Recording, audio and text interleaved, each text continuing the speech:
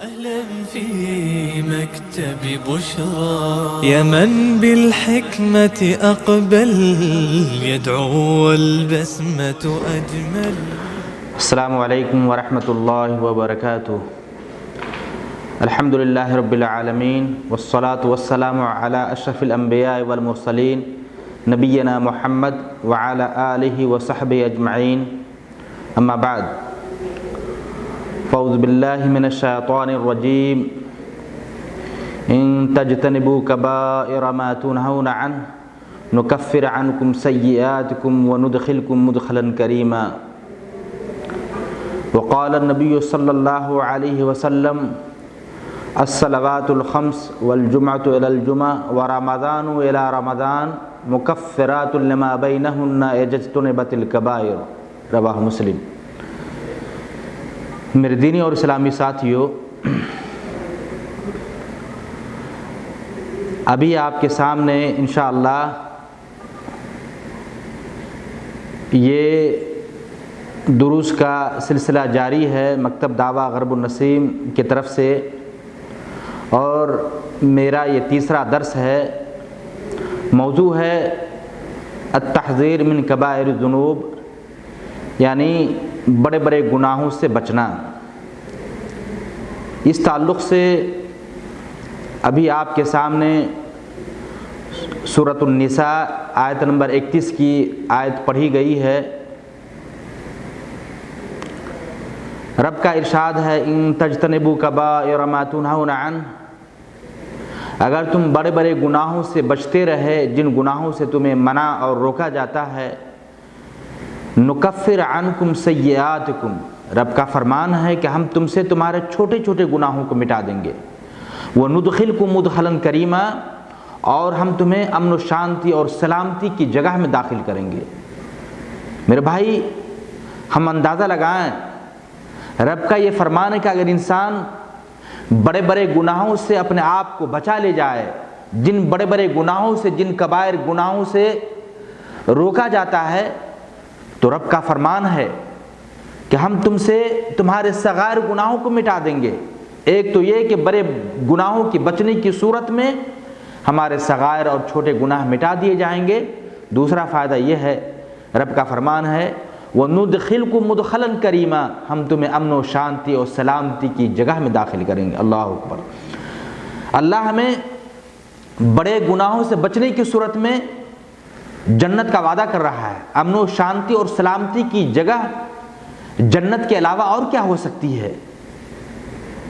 میرے بھائی، اسی طرح یہ تو قرآن کی آیت سے ہمیں پتہ چلا کہ اگر انسان بڑے گناہوں سے اپنے آپ کو بچا لے جائے تو اللہ ہمارے چھوٹے گناہوں کو مٹا دے گا اور ہمیں امن و شانتی سلامتی کی جگہ یعنی جنت میں داخلہ فرمائے گا.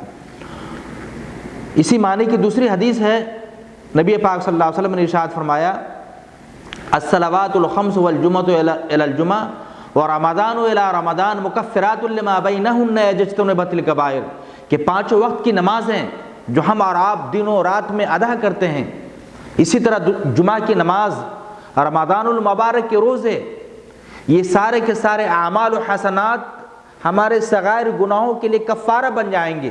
کب؟ اذا اجتنبت الکبائر، جب کبائر سے بڑے بڑے گناہوں سے اپنے آپ کو بچایا جائے گا. جب انسان بڑے گناہوں سے بچا لے جائیں گے تو یہ سارے اعمال اور حسنات صغائر گناہوں کے لیے کفارہ بن جائیں گے، صغائر اور چھوٹے چھوٹے گناہوں کے مٹانے کا ذریعہ بن جائیں گے. میرے بھائی، اندازہ لگائیں، آج ہمارے ماحول اور معاشرے کے اندر اتنی کثرت سے لوگ کبائر کا ارتکاب کر رہے ہیں کہ کثرت ارتکاب کی وجہ سے لوگ ان کبائر کو کبائر سمجھنا بھی بھول گئے ہیں. آج میں آپ کے سامنے چند کبائر کا، بڑے بڑے گناہوں کا ذکر کرتا ہوں قرآن آیات اور احادیث کی روشنی میں. صحیح بخاری کی روایت ہے، راوی حضرت عبداللہ بن مسعود رضی اللہ تعالیٰ عنہ ہیں، کہتے ہیں سألت النبی صلی اللہ علیہ وسلم ای ذنب اکبر عند اللہ. عبداللہ بن مسعود رضی اللہ تعالیٰ عنہ کہتے ہیں کہ میں نے نبی پاک صلی اللہ علیہ وسلم سے پوچھا کہ گناہوں میں اللہ کے ہاں سب سے بڑا گناہ کون سا ہے؟ آپ صلی اللہ علیہ وسلم نے ارشاد فرمایا ان تدعو للہ ندا وهو خلقک، کہ تو اللہ کے علاوہ کسی اور کو پکارو جبکہ اس اللہ نے، اس مولا نے تجھے پیدا کیا۔ میرے بھائی، کبائر میں سب سے بڑا گناہ، دوسرے لفظوں میں یہ کہہ لیں الاشراک باللہ، اللہ کے ساتھ شرک کرنا، یہ اللہ کے ہاں سب سے بڑا گناہ ہے۔ جتنے بھی کبائر ہیں، جتنے بھی بڑے بڑے گناہ ہیں، ان تمام کبائر میں سب سے بڑا گناہ اللہ کے ساتھ غیروں کو شریک و ساجی ٹھہرانا ہے۔ میرے بھائی، شرک کے تعلق سے تفصیلاً گفتگو پہلے درس میں ہو چکی ہے، تو پتہ یہ چلا کہ شرک باللہ اللہ کے ہاں سب سے بڑا گناہ ہے۔ پھر پوچھا گیا کہ پھر کون سا گناہ؟ ثم ای، نبی پاک صلی اللہ علیہ وسلم نے ارشاد فرمایا ان تقتل ولدک خشیۃ ان یطعم معک، کہ تو اپنی اولاد کو اس خوف سے مار ڈالو کہ وہ تیرے ساتھ کھانا کھائے۔ اللہ کے ہاں یہ بھی سب سے بڑا گناہ ہے کہ انسان اپنی اولاد کو اس خوف سے، اس ڈر سے مار ڈالے کہ وہ ان کے ساتھ کھانا کھائے، یہ اللہ کے ہاں سب سے بڑا گناہ ہے۔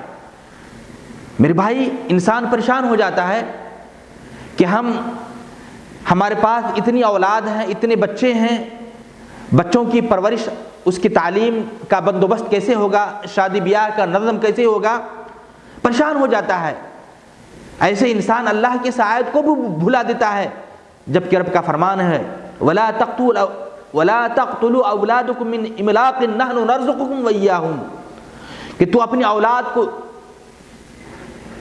فقر و فاقہ کی وجہ سے مت مارو، مت قتل کرو۔ نحن نرزقکم، رب کا فرمان ہے کہ ہم تمہیں بھی روزیاں دیتے ہیں اور تمہارے بچوں کو بھی، تمہاری اولاد کو بھی روزیاں فراہم کرتے ہیں۔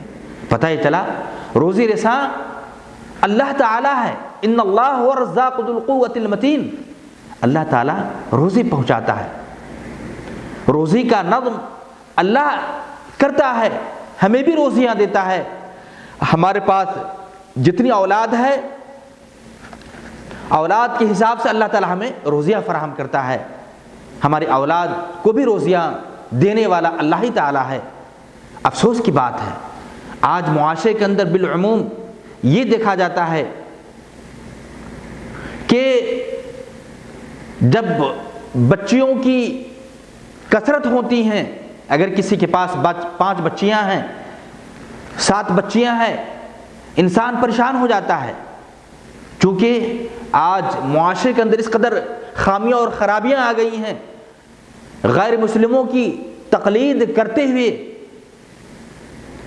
شادی بیاہ کے موقع پر لوگ، لڑکے والے ڈیمانڈ کرتے ہیں، لاکھوں کا مطالبہ ہوتا ہے، بچی والے پریشان ہو جاتے ہیں، اتنے سارے پیسوں کا نظم کیسے ہوگا؟ یہی وجہ ہے کہ وہ طرح طرح کے افکار میں مبتلا ہو جاتے ہیں کہ اتنی بچیاں ہمارے پاس ہیں، شادی بیاہ کا نظم کیسے ہوگا، بچیوں کی تعلیم کا بندوبست کیسے ہوگا؟ اللہ اکبر۔ میرے بھائی،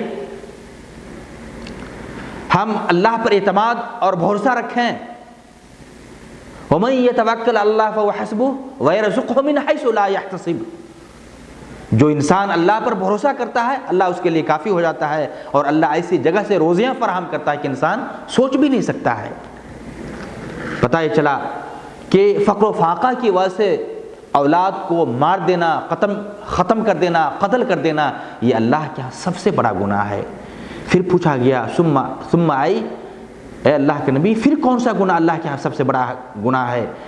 آپ صلی اللہ علیہ وسلم نے فرمایا کہ ان تزانی حلیلۃ جارک، کہ تو اپنی پڑوس کی عورتوں کے ساتھ زنا کرو، یہ اللہ کے ہاں سب سے بڑا گناہ ہے۔